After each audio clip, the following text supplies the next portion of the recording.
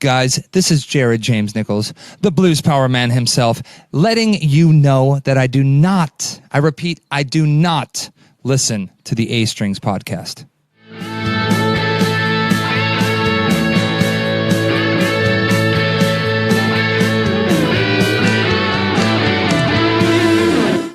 Welcome one and all to the A Strings podcast, episode 18.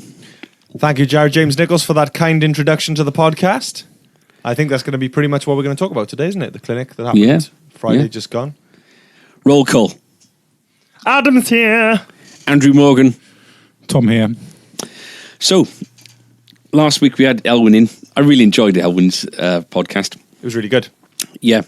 It was... Did you like all the spacey, weird, wacky sound effects? In all honesty, I've enjoyed the memory of last week's podcast. I haven't listened to it. I think I've listened to about 10 minutes. Right.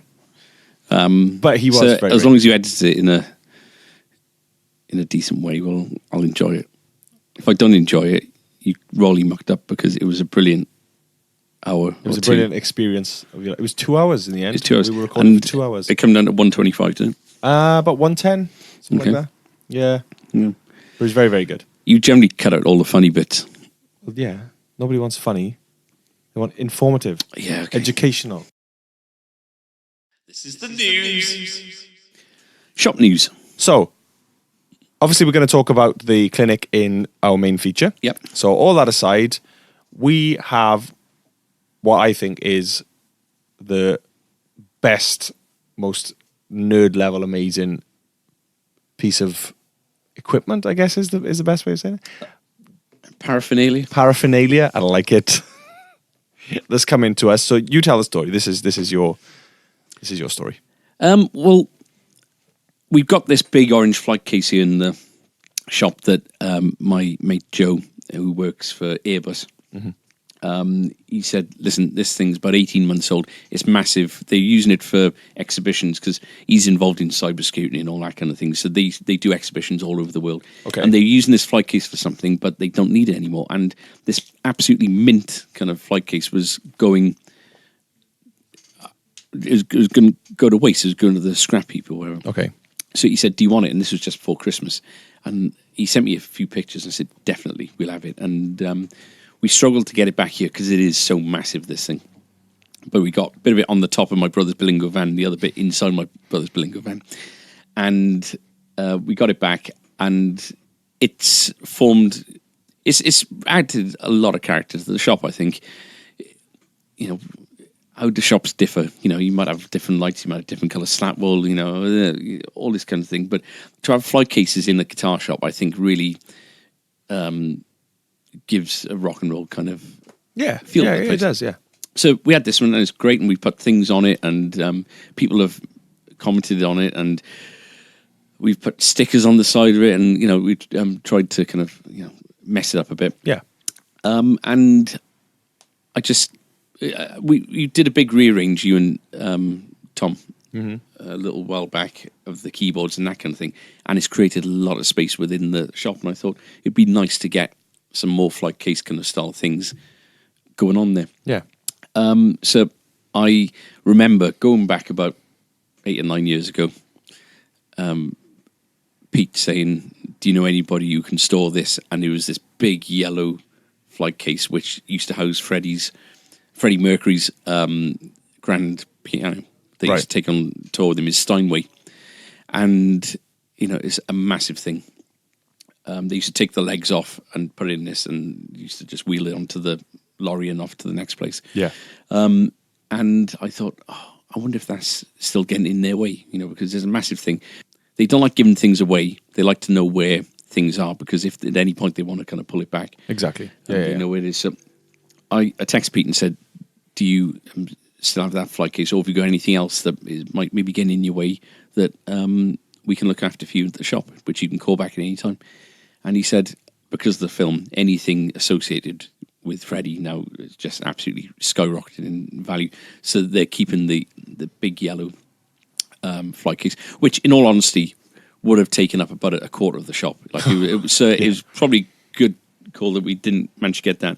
He said, but leave it with me, I think there's something else that you can have. And got back to me a little while later and said, we got one of the old guitar trunks, which Brian only ever used to take like 4 or 5 guitars on tour with him, so Yeah.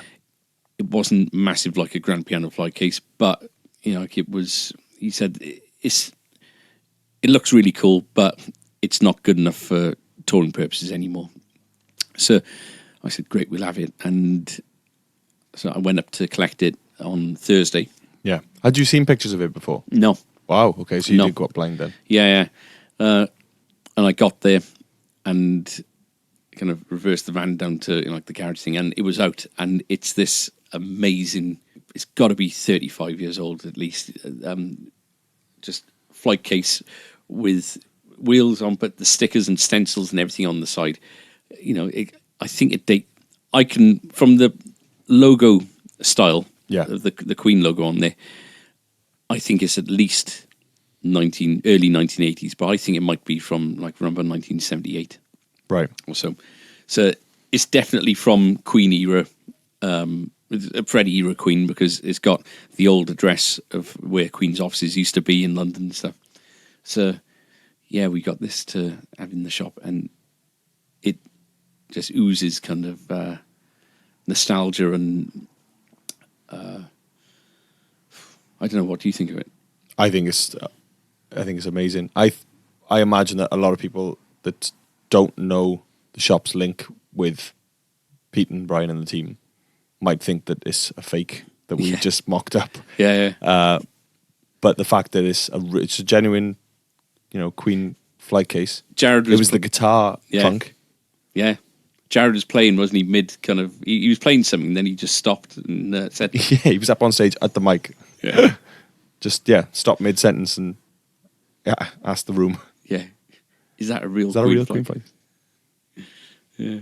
So that's wicked. So something nice for you to see in the shop. I mean, it's worth that. That's worth people coming in for. Yeah. Anyway. Yeah.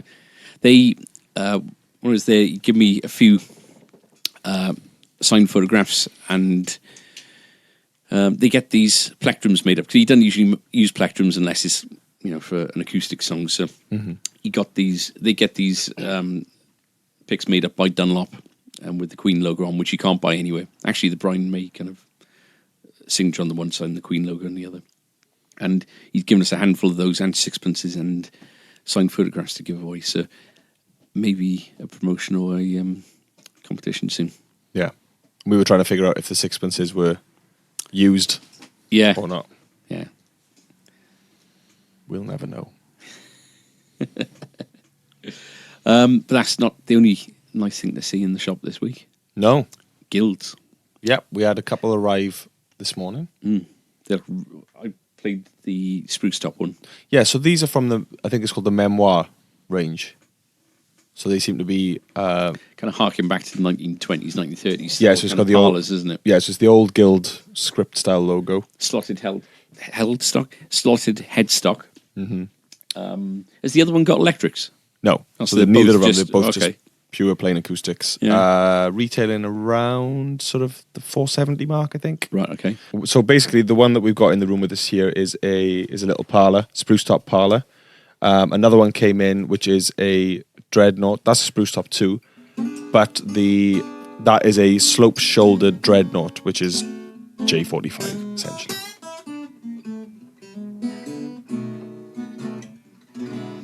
So we got the slope-shouldered dreadnought in as well? Yes. Did that come in today? Yes, it did. Oh, wow. So And it's the Sunburst. Right, okay. Is that of electrics? No. Okay. Memoir range, if you want to check them out on Guild's website. I'm a big, big fan of Guild. Yeah, these are really nice. And- Everything we've had through so far. Yeah, it's been stunning. Yeah. Christina, who listens to the podcast and has been a donator, Yeah. are we Benefactor. Are they benefactors or are we the No, we're the beneficiaries. Yeah, we're the beneficiaries. So she supplied biscuits, and Yeah, they're really nice. that's all we're trying to say. And you, I wasn't witness to this, but you repaid the compliment or the gesture by giving her some of those horrendous gluten-free things. custard creams. Yeah, of course. Why wouldn't? Yeah. She'll never. She hasn't come back since. No. So should we draw a line under this and get on to biscuit news? Let's get on to Please. biscuit news. Yeah.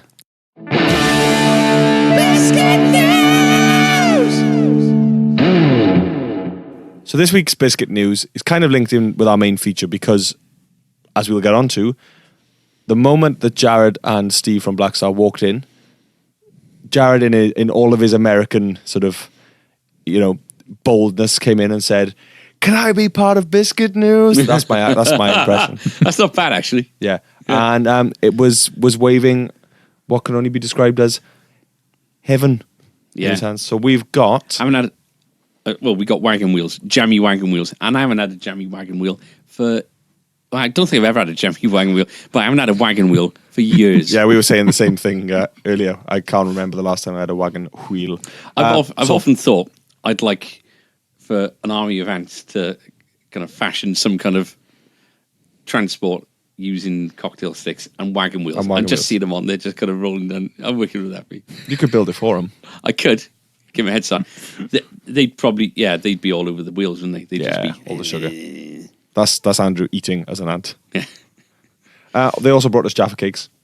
Oh, then you open those at your peril, because you open it and they won't last the episode. Open them out. Well, there's 10 cakes per pack.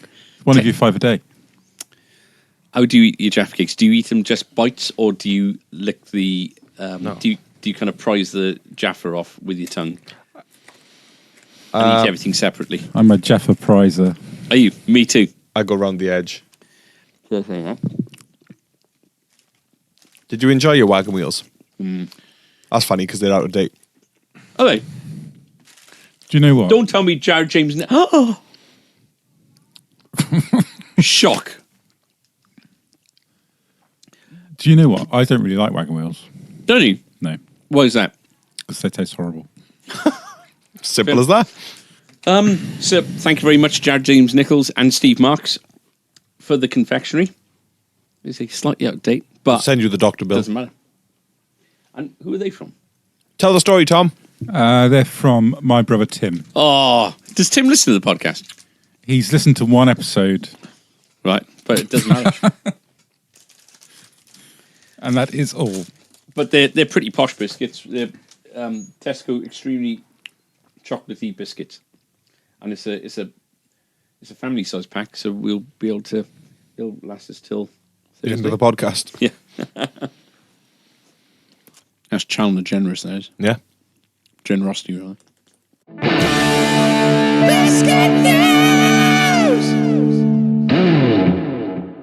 So, as you alluded to, we had the Jared James Nichols night on Friday. Yep. And I woke up to a WhatsApp audio message on my phone from 7 o'clock in the morning from Steve. Actually, do you want me to play it? Yeah, it'd be brilliant. You'd probably play it at half speed. Yeah, it's funnier at half speed.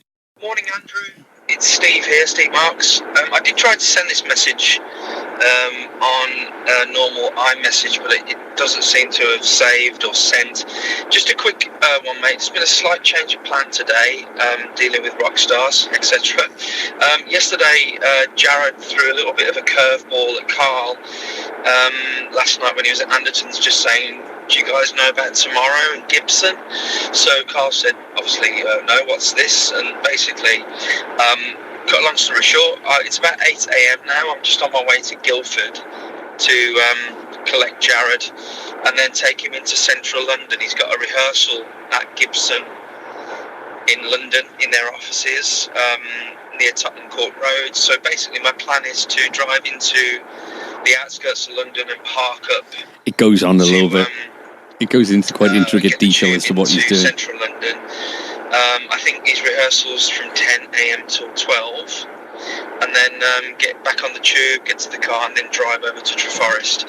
So Friday afternoon. I'm guessing if we set off from London 12:31 p.m., we're going to be hopefully with you guys 3:30, 4 p.m. It was 6. 4:30, It was 6 p.m. there, depending It on was traffic. 7 So minutes if to there's 6. anything that you can think of that you might want to do in regards to Jared, Can think of a couple of things. in the recording booth room, All right, yeah.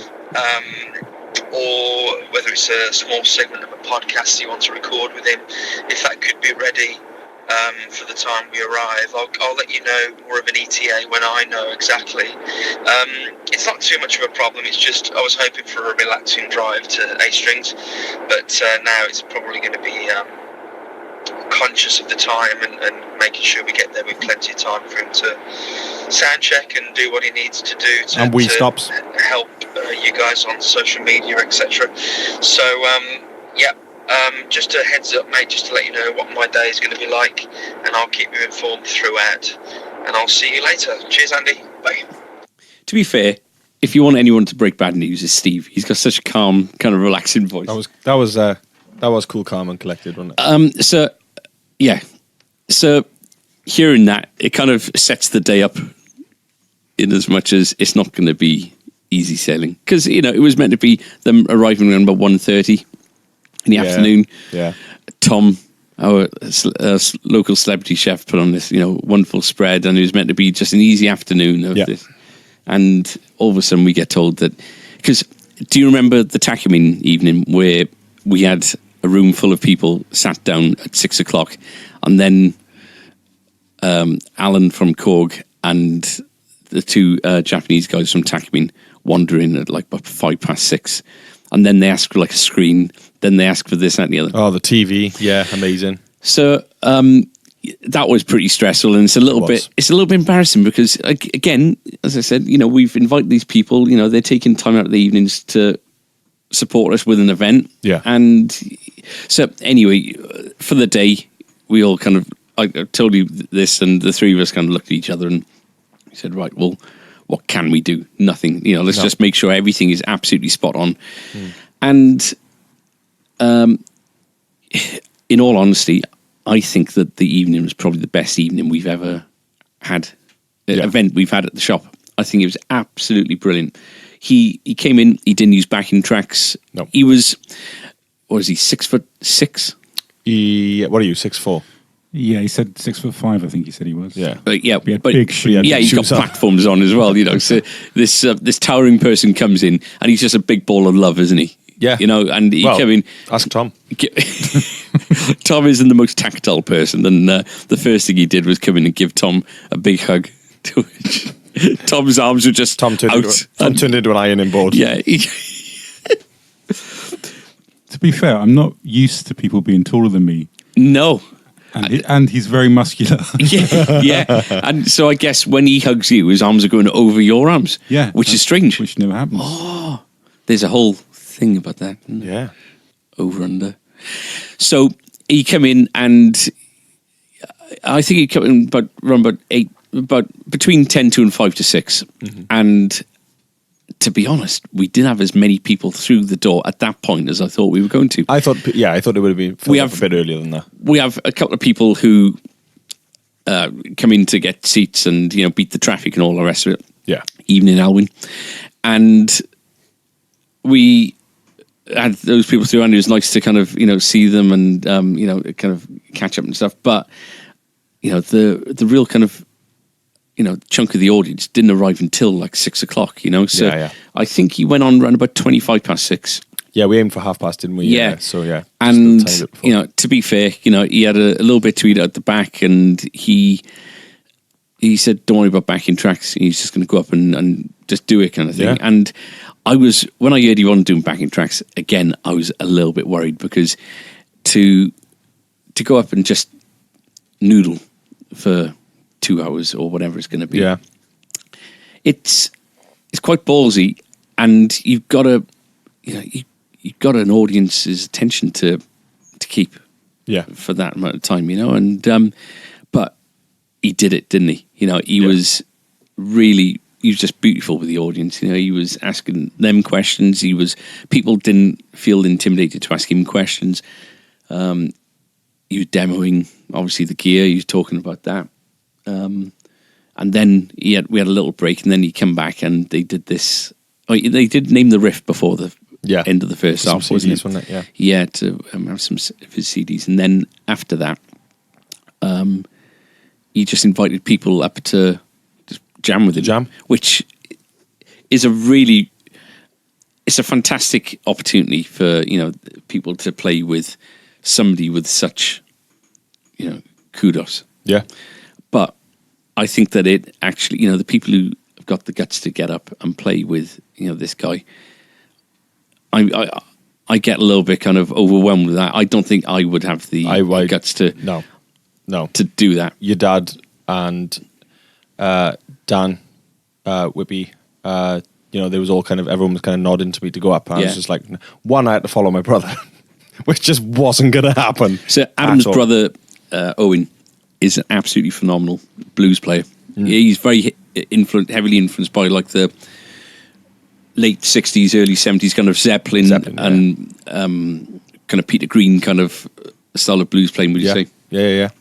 And so, not only have you got, the phenomenon that is Jared James Nichols playing up there, but then you get this other guy that might look slightly familiar to people in the crowd because they, Adam and Owen do look fairly similar. But, he's just playing just beautiful. Yeah. Really, really beautiful playing. Yeah, he is. And I think it took Jared back a little bit, in as much as, I don't think he was expecting somebody of such high caliber to kind of playing with him to begin with. Should we put a little clip of it in now? Yeah. Here it is.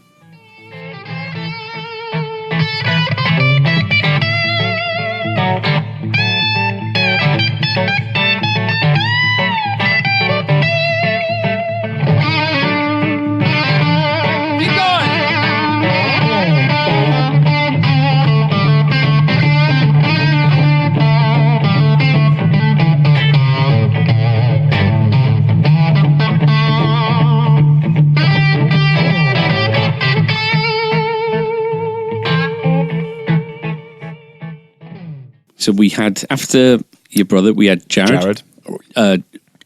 Not Jared James, but another Jared who comes to all the events. And Jared listens Owen, to the podcast. who listened to the podcast and dobbed us in about Neck Brace Jeff on the very first episode. So this is Jared.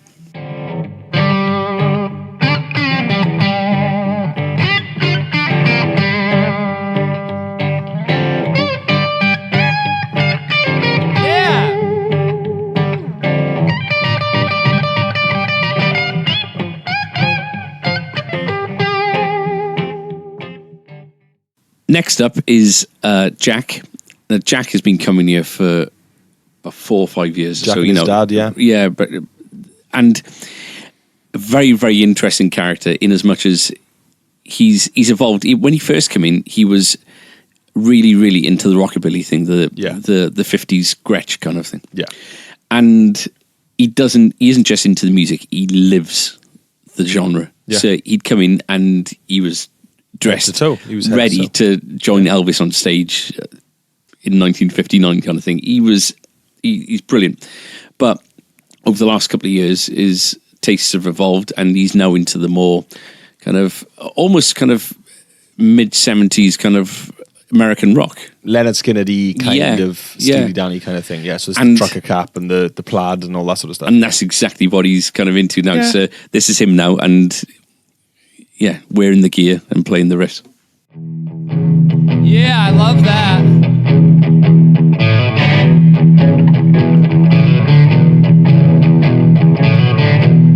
Go ahead, bro.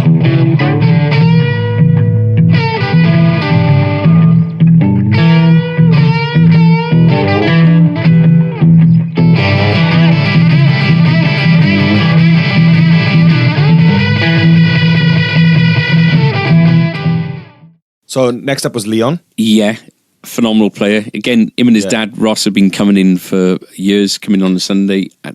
Well, no, sorry to interrupt, but Leon, we mentioned Leon in the interview that we put up on YouTube. Right, okay. Because we were saying about how versatile the amp is, because Leon is a bit more of a funky kind of player. Yeah, and I think he's into like, is it Primus and all that kind of thing? Yeah. He's a really, really creative player. Yeah. And it really did throw a different kind of angle on the jam. On the jam, yeah. And it got Jared thinking a bit as well, because it wasn't just your standard kind of 12 bar, or whatever.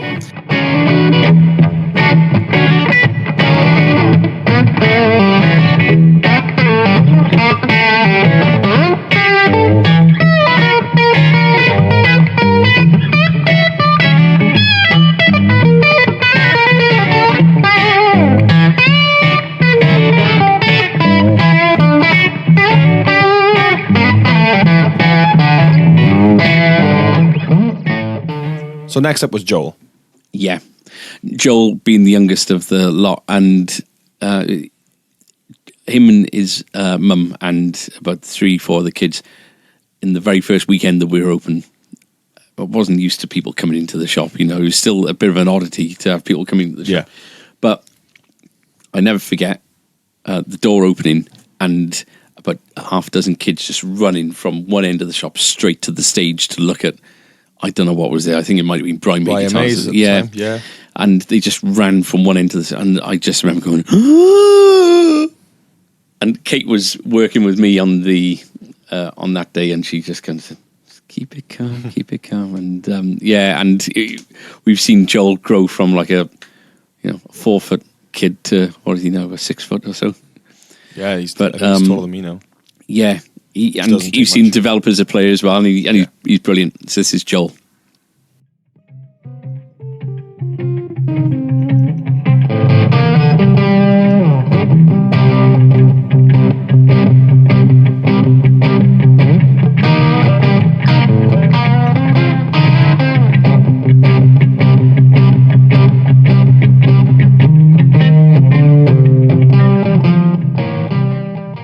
And last up was Chris Davis. Chris is a character, isn't he? He loves his Gibson Flying V's. Yeah. He's into his kind of... he's a bit more shred. He's a bit more metal. Yeah, definitely. Kind of like but the old school he metal. absolutely loves Jared James Nichols. And like Karen, who's Joel's mum, Chris saw Jared James Nichols in the Muni in Pontypridd, which is our local...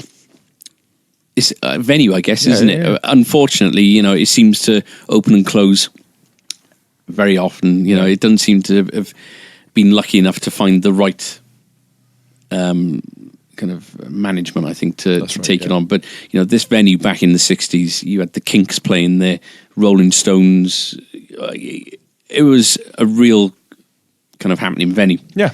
And... even up until recently, you had Ray Davis and 10cc and all these people playing there, but it's just not been open for about 6 months since before Christmas. And Jared played there, didn't he? Yeah, and we were chatting to him out the back before we started the evening, and the first thing he said, he was like, "Yeah, it's shut now, isn't it?" So he keeps tabs. He's not, he doesn't just play these places and forget about them. He knew that the Mooney was shut and they was waiting for some sort of a change of hands and things, but which is it's nice to know that someone that goes everywhere, pays attention to the places they go. Absolutely.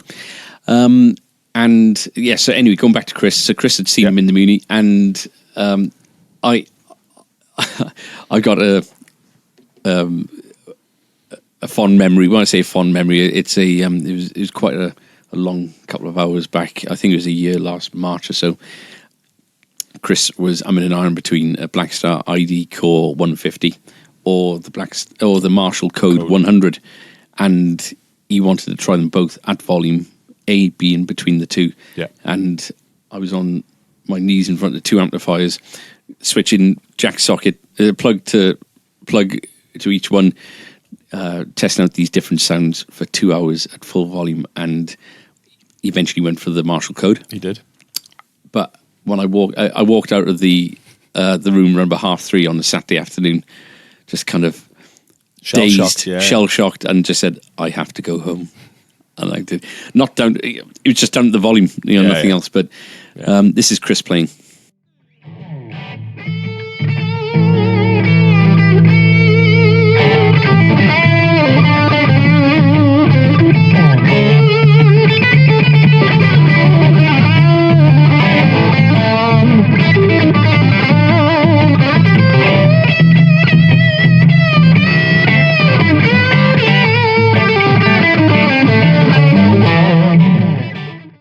The end after all of the everything kind of happened, and Jared was kind of talking to customers afterwards and everything. Chris was at the stage kind of talking to Jared and a couple of others, and Chris said, it's weird playing a different guitar, because we supplied a P90 guitar. Yeah, we did. Very similar to Jared's for people to play on. Yeah. And he said, it's really, really strange playing someone else's guitar. It doesn't feel quite right. I said, making a joke, thinking everyone's going to laugh. I said, "Yeah, it's a little bit like kissing someone else's wife, isn't it? It just doesn't feel the same." Nobody said a thing.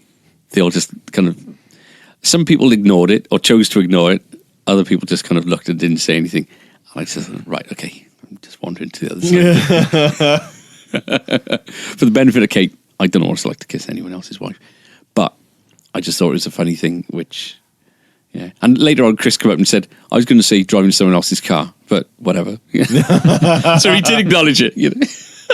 So, but fair play to all these people for getting up and doing that. So when we were packing up, you disappeared into the video room. I did. And did a bit of podcast and videoing with Jared. We did. So we managed to have a sit down and chat about the amp. And what you're going to hear now is the interview that I did with Jared. And he'll tell you a bit about the amp and how the ideas came about.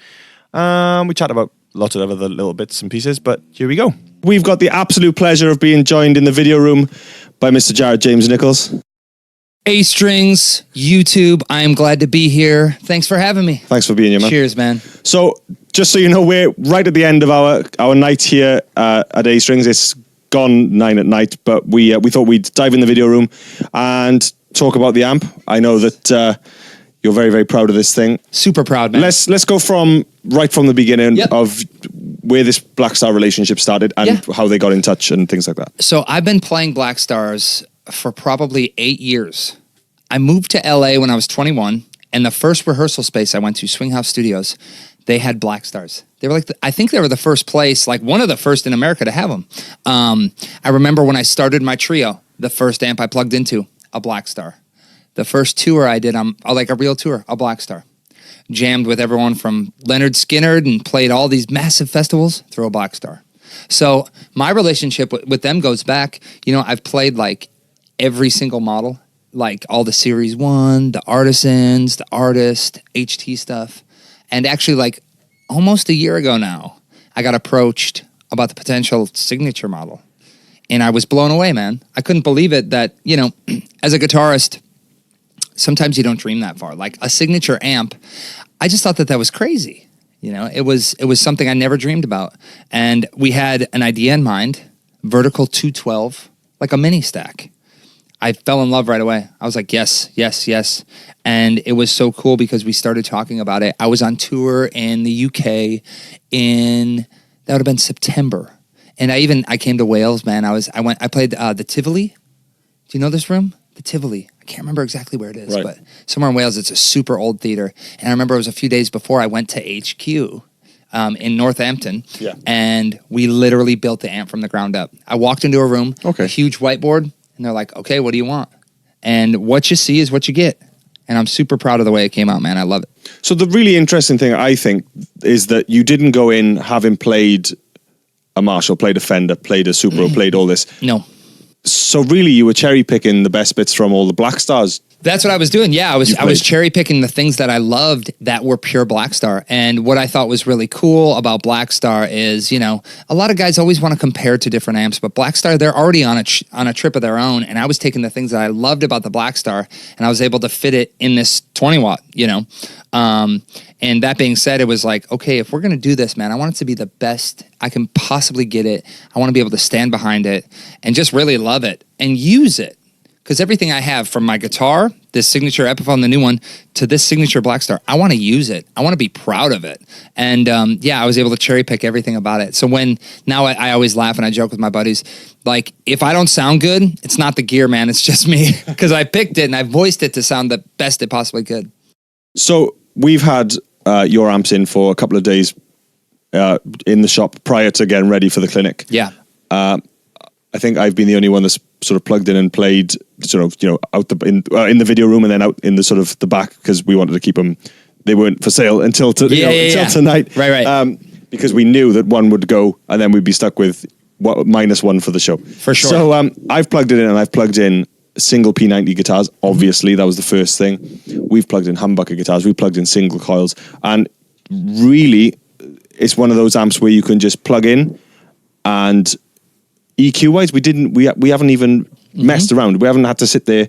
It's just we plugged in and gone, Yes. Yeah, I think that's the beauty of it is it's such a subtle amp with where what I love about amps is when they react to your guitar, they react to your playing. Yeah. They're very, very zoned in. Like, let's put it this way. You plug in Old Glory, it sounds like Old Glory. You plug in a certain guitar, you're getting, I think, like the best parts of that guitar amplified through here. It's not necessarily changing the qualities of guitars. It's not as if it's an amp that you plug in and every single guitar sounds the same. No, exactly. You plug in a Tele, whatever you plug in, it's going to sound characteristically like that. And like you said, with the EQs, I voiced it so I could personally really run everything at noon. Right. Yeah. and then adjust for the room, adjust maybe for the guitar, adjust for the PA, whatever it need be. And it's just such an easy amp to use. And I kid you not, I have not found, since I've been playing them, I've been on the road since January. I haven't found a bad tone in it where I was like, oh no. Yeah. I haven't plugged it in and been like, I can't get my sound. No. And for instance, I'll hear guys like shredding through it. And I'm like, oh my God, like, they're properly getting heavy, you know. I heard chicken pickers, everything down to jazz guys, and there is so many tones in this little box, man. I'm so proud of it, and I'm blown away. So what have we got then? So we got a clean channel and our blues power channel. Yep. And two voices for each channel. 2 channels, a voice for each, or 2 voices for each channel. Cool. Exactly. Do you have a preference for your live stuff? Well, or it's do you funny. use everything? I tend to use the second voice of the clean channel. I call it like the free channel. Yeah. It sounds so punchy. It's like the best, dirtiest clean channel you've ever heard. Yeah. I like to live there. It's got all the articulation that I love. But then I said to those guys, I was like, listen, I want the blues power channel because I play guitar. I'm not plugged into any pedals. No. I say, I just want a channel that I can plug into and I can have my sound and I can use my volume, roll down, get my cleans. It's like a throttle. And that blues power channel has so much bite and so much bark, but when you roll it back, you get all that clean shimmer.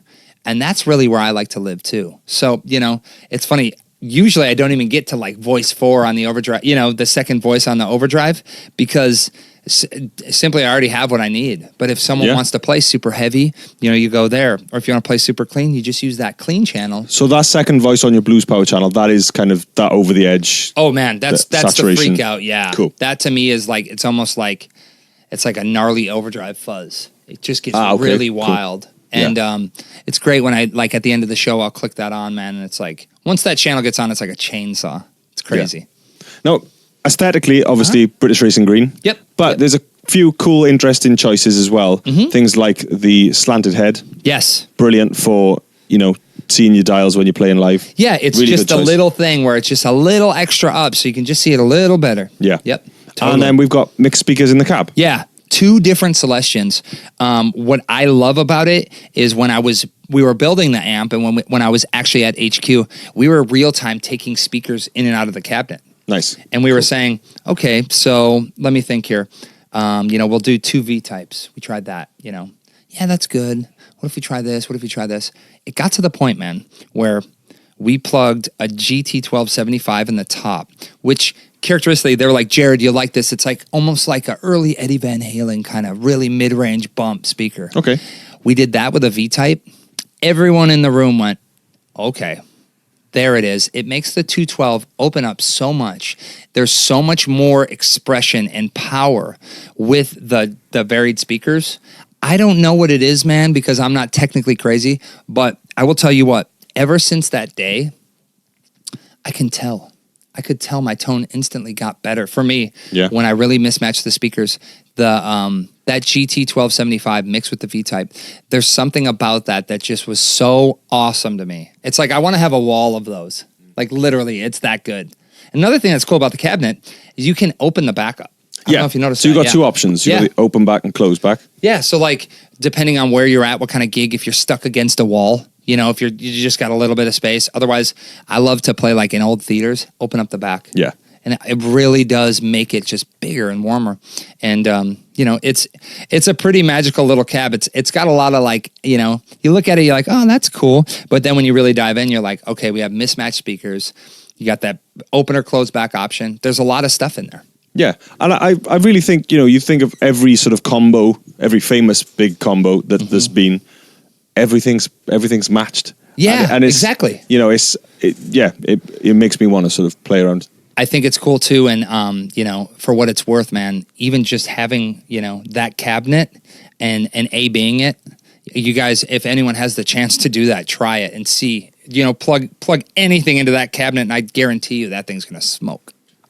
And have you tried this in other cabinets, Of just course. touring and things? Yeah, and it's of just course. not quite. No, it's great. The thing about it Right. is this head is so small that my friends were playing in Chicago, Tesla, and they were playing 2 nights at the House of Blues, and they called me, "Hey man, fly out, jam with us." I just took the head. Yeah. It was my carry-on. I put it in the overhead. I love it. Plugged it into a 412. Beautiful.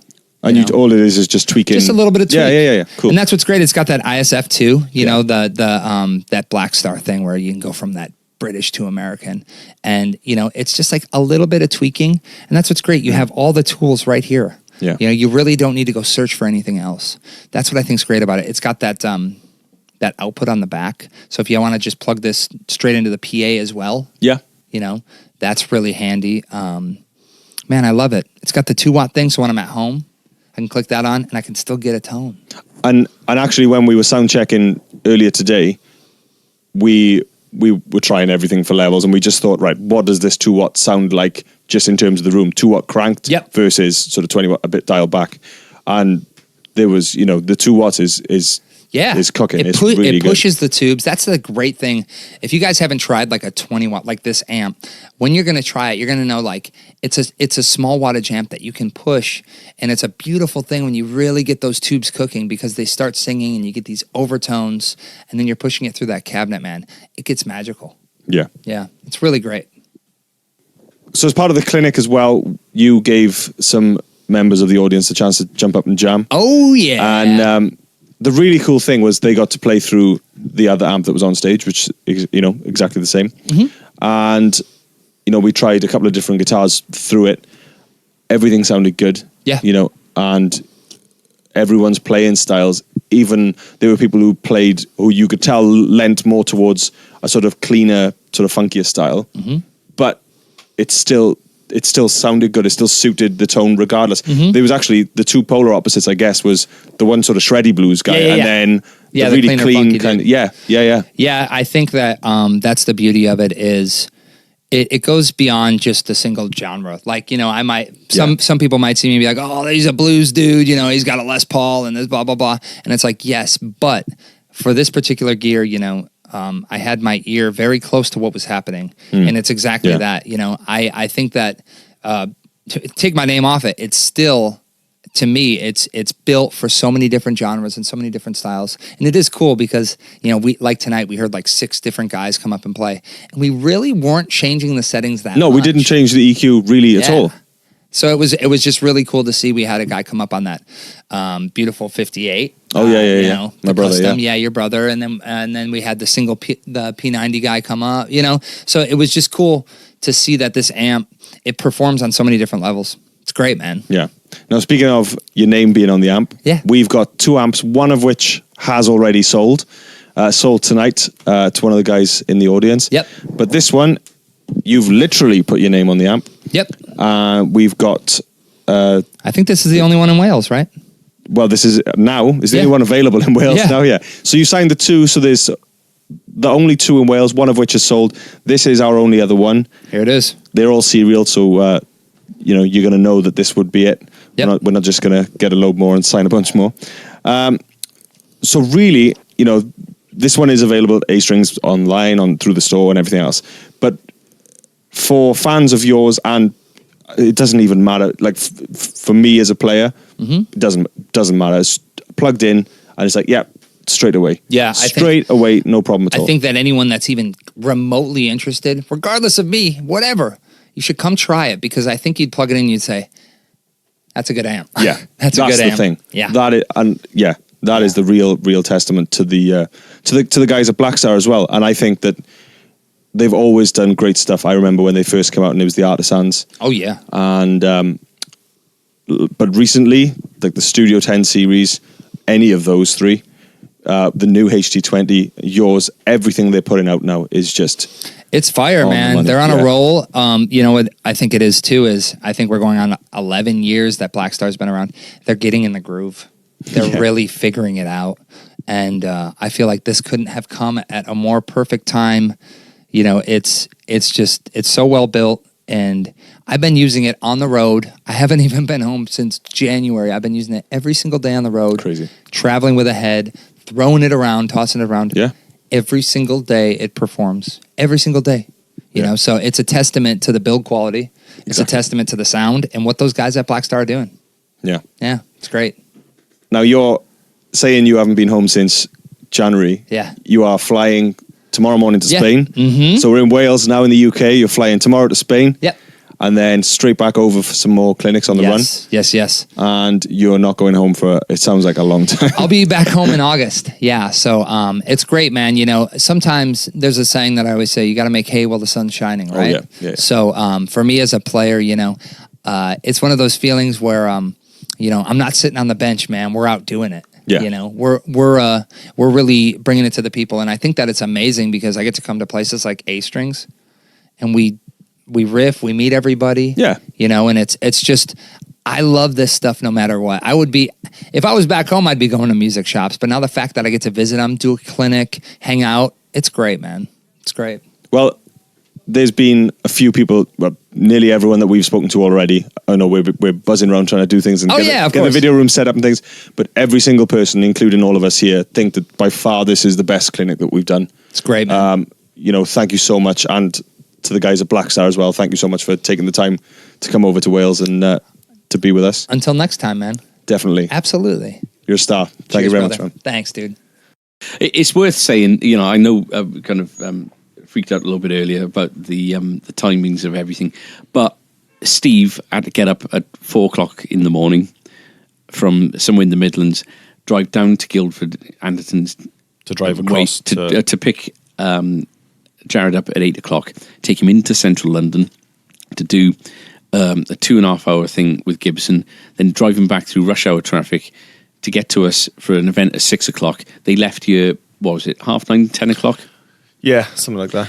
And at that point, they weren't staying local. They had Steve had to drive Jared all the way to Gatwick Airport because Jared was playing a couple of gigs, was it? He was playing in Spain on the Saturday, yeah.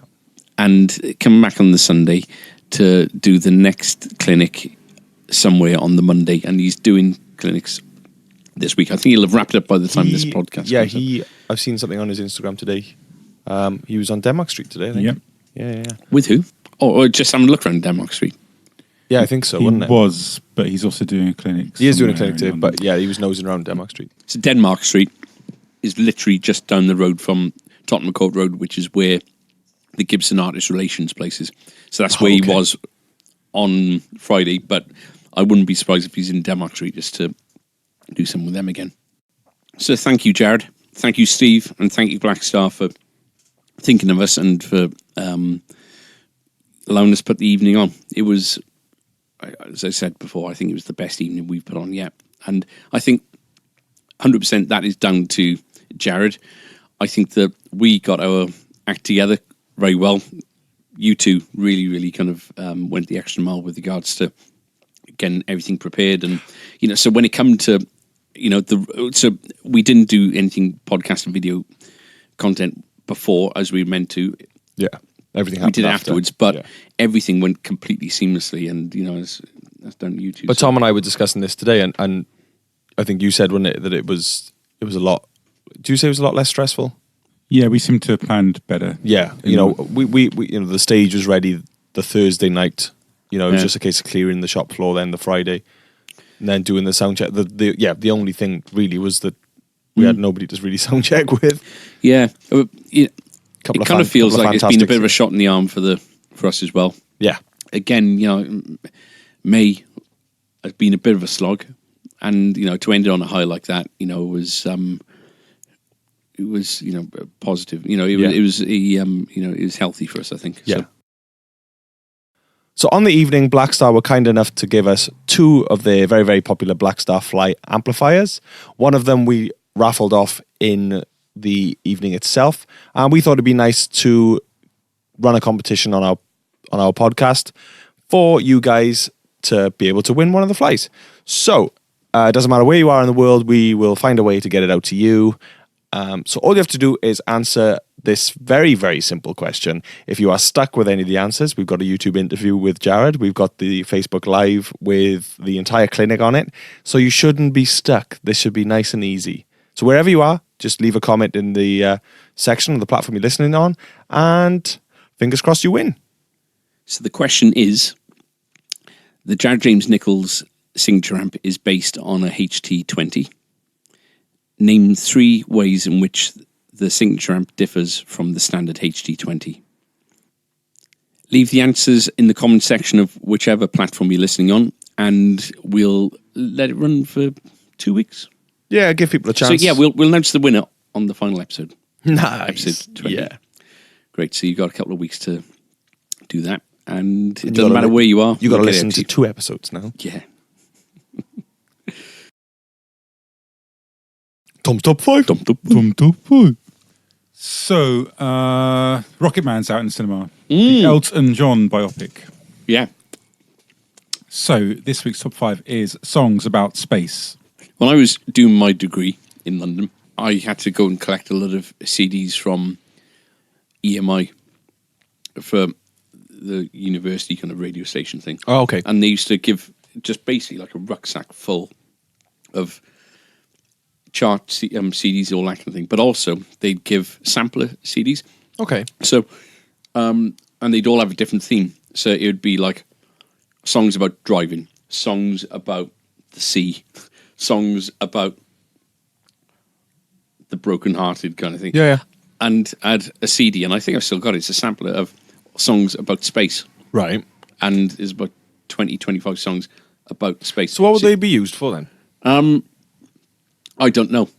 If you needed a song, if you're doing like a TV kind of... Oh, it's more for like publishing kind of stuff, like doing adverts and all that absolutely. kind of... okay. So Got if you, if the BBC, if there was a feature on the one show about astronomy or whatever, they'd have Lost in Space by Lighthouse Family or Moon and Back by Savage Garden, or they were the 2 that I remember being on the thing.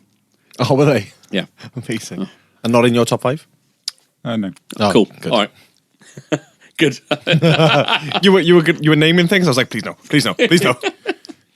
So, number 5 is Beastie Boys Intergalactic. Good. Love that song. Reminds me of university again. Yeah. How I pine.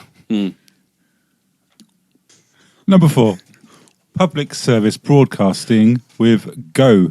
Brilliant. Love public service broadcasting. They've been in. They've been in the shop, yeah. Very nice guy. And they played the Muni. They have. That was the last gig I went to see in the Muni. Was it? So what is that song? Obviously, it's about space, but So they use like samples from like news footage or from Right.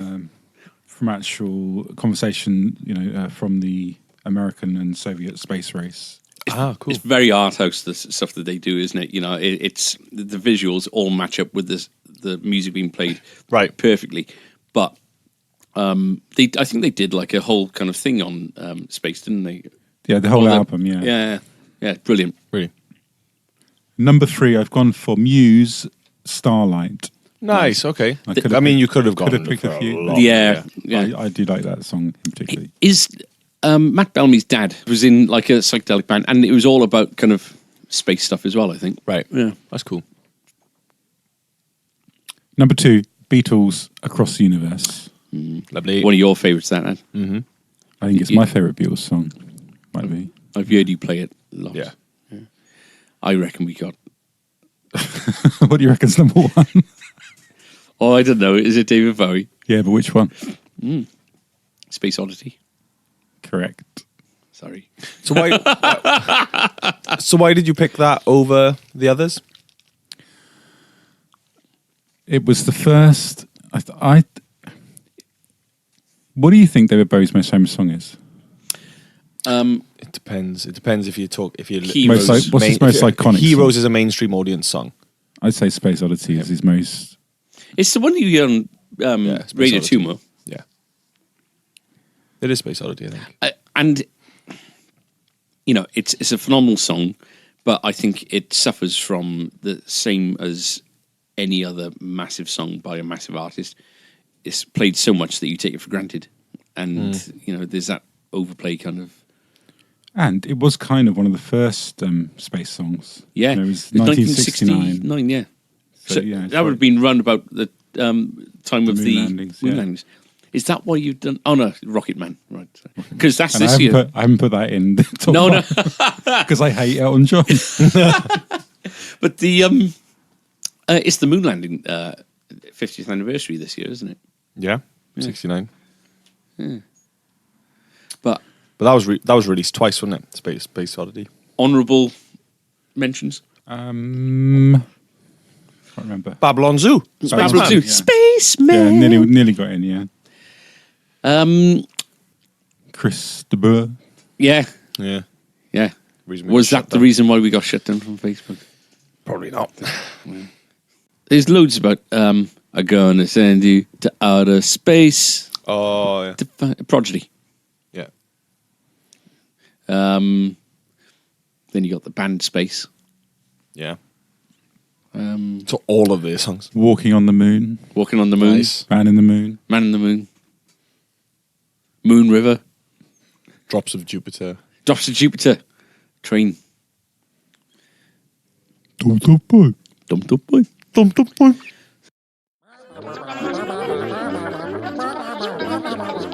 Social media comment of the week. Right, so there's two this week. Cool. The one is from Dad Gad, which is quite clever, I guess. Never buy from a company that doesn't pay their employees well enough to wear clothes without holes. What is next? Homeless man tries Gibson custom shop out for his collection. I think Says that's referring to your ripped knees. It was, yeah. Says more about your wages than my fashion sense. Quite, No, it's quite possibly. obviously tongue in cheek. It's very funny. Yeah. Yeah. I could appreciate the humour in that. The next one is from the Meteora video. Okay. From another dimension, space. From a chap called Alfred Binet, or Binet, Binet. Binet, I'd like to think. And he said, sorry, but I can't watch this black nail sausage fingers more than 5 seconds. They're not the slimmest fingers. I wouldn't say, I'd say they're a slim chipolata. Yeah, that's good. They're not a Cumberland. No, they're Panatella size, They're I'd a say. cheaper Richmond where there's not much to them. Yeah. Yeah. Yeah. No, they're not. Yeah, I haven't got like Steve Vai fingers or by any means, do you mean? No. But, you know, fair enough. Yeah, Think what you want to think. Some people don't like looking at feet. Ema doesn't look like sausage fingers.